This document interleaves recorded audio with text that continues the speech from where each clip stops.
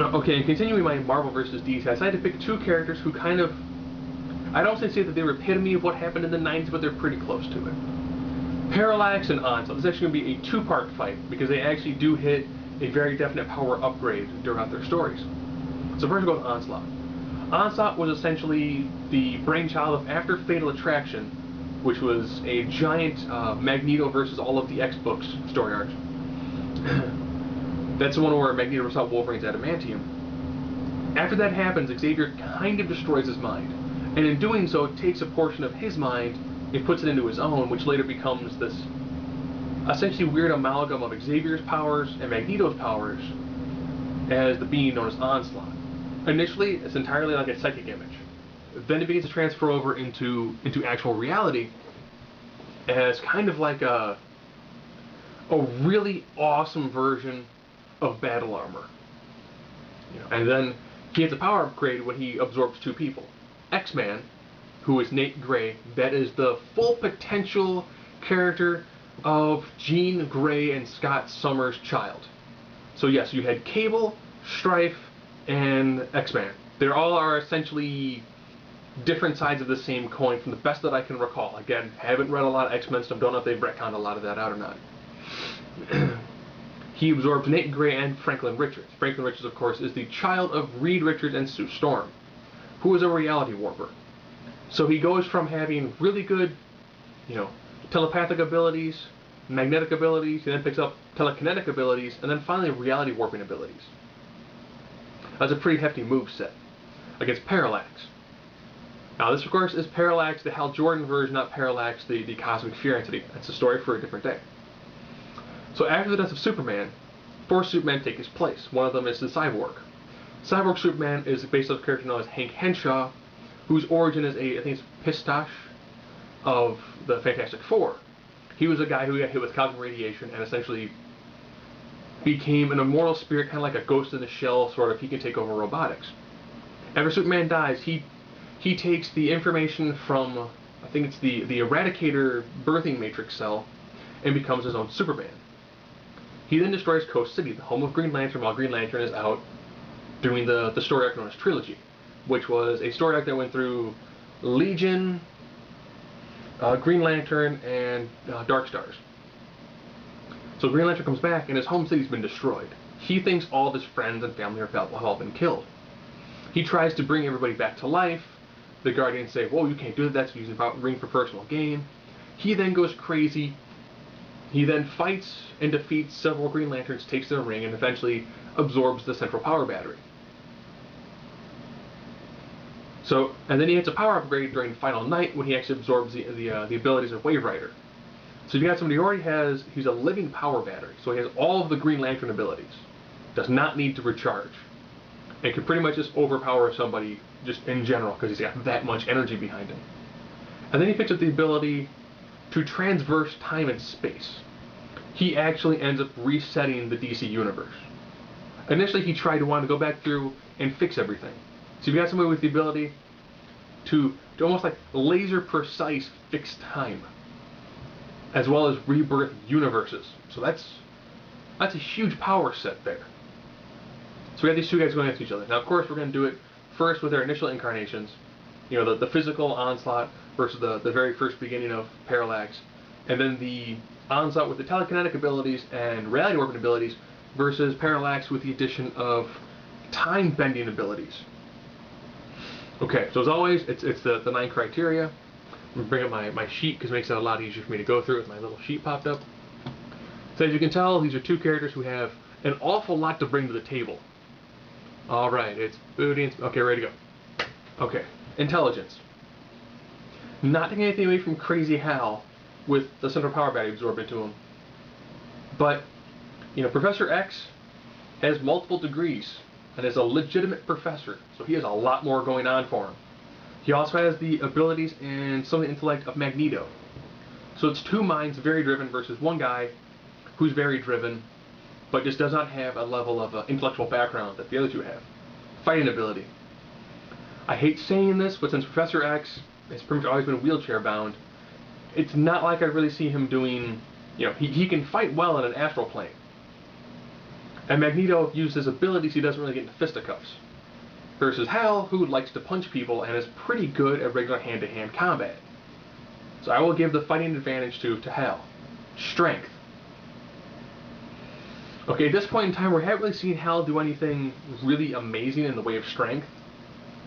And we've actually seen Onslaught pretty easily defeat Juggernaut. Speed.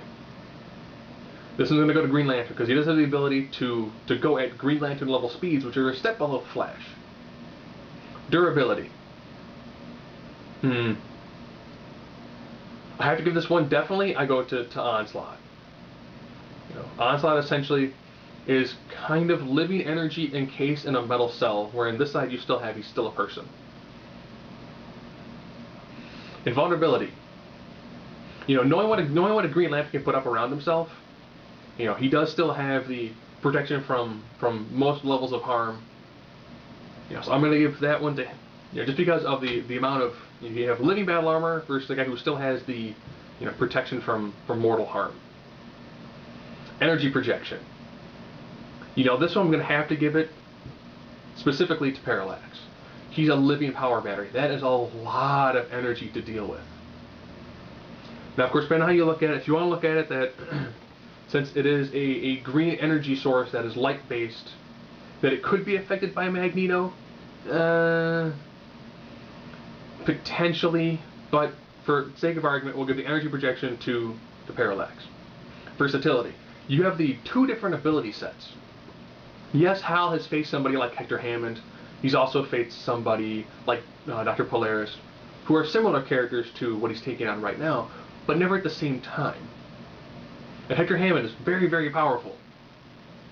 But I'd be willing to bet that if Hector Hammond and Professor X got into an altercation, Professor X would probably beat him.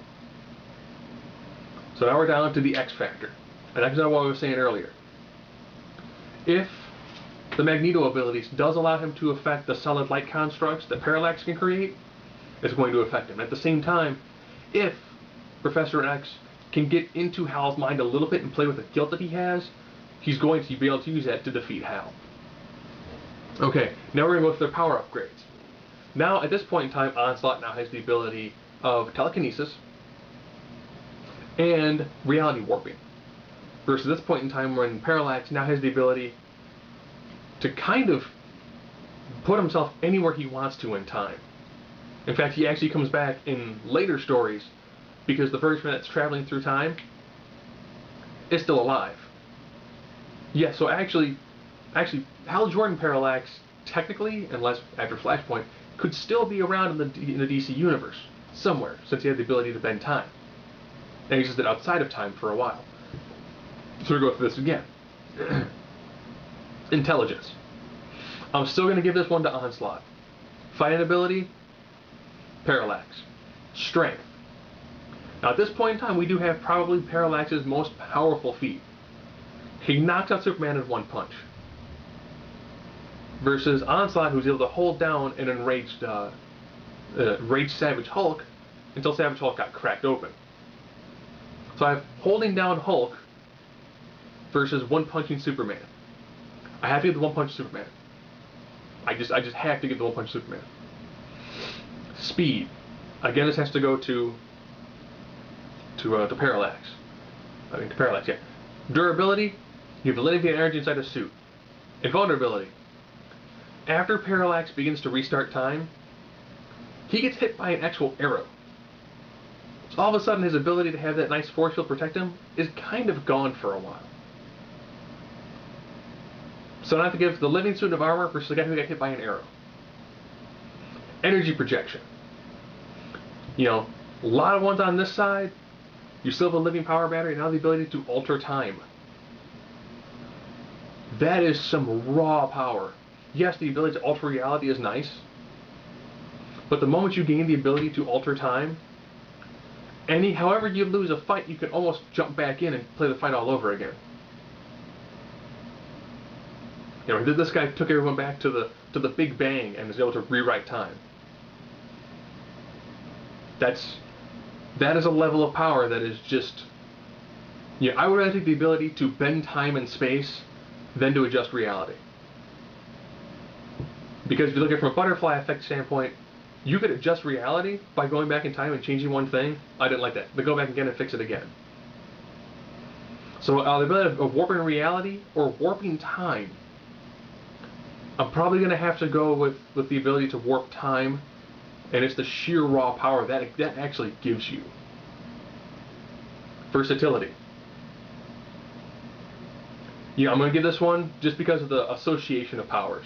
You've got reality warping, telekinesis, magnetics, as well as telepathy. Now, the all-important X factor. Do I still think at this point in time you could use Hal Jordan's guilt or the ability to warp reality against him versus somebody who can go back in time? I think that the ability to go back in time will definitely give Parallax an edge in this. He does actually restart the universe versus what Onslaught did, which is create a secondary sun. And of course, the most important thing that we saw Parallax do is while Parallax had almost all of his coronal energy gone, he was still actually able to absorb the Sun Eater and reignite the sun. So that means if Onslaught were to be like, well, secondary sun, okay, absorb the energy of the sun. I busted open your armor. Oh, you're all energy. I can absorb that. Because while he was Parallax, he also faced off against the Silver Surfer, and actually absorbs his energy. So you've got somebody who's pretty close to Silver Surfer ability. And if you tack that on with still the ability to travel through time as well as go through different dimensions, that definitely gives him a pretty good sized edge against Onslaught. So with that addition of the coronal ability, I can see Onslaught defeating Parallax. Once you add that coronal ability, what Parallax was able to do, from one punch Superman to absorbing the Sun Eater, essentially tossing somebody into the source wall. There's a lot more that Parallax could do against Onslaught, taking nothing away from the overall abilities. But once you have the ability to jump anywhere you want to in time and space, that gives you a really, really big advantage. He also has the energy of the Time Trapper. So you have someone who can absorb energies, travel through time, versus living energy inside a massive body armor. So to recap, regular Onslaught, regular Parallax, I give it to Onslaught. Chronal enhanced Parallax versus reality warping Onslaught, I give it to Parallax.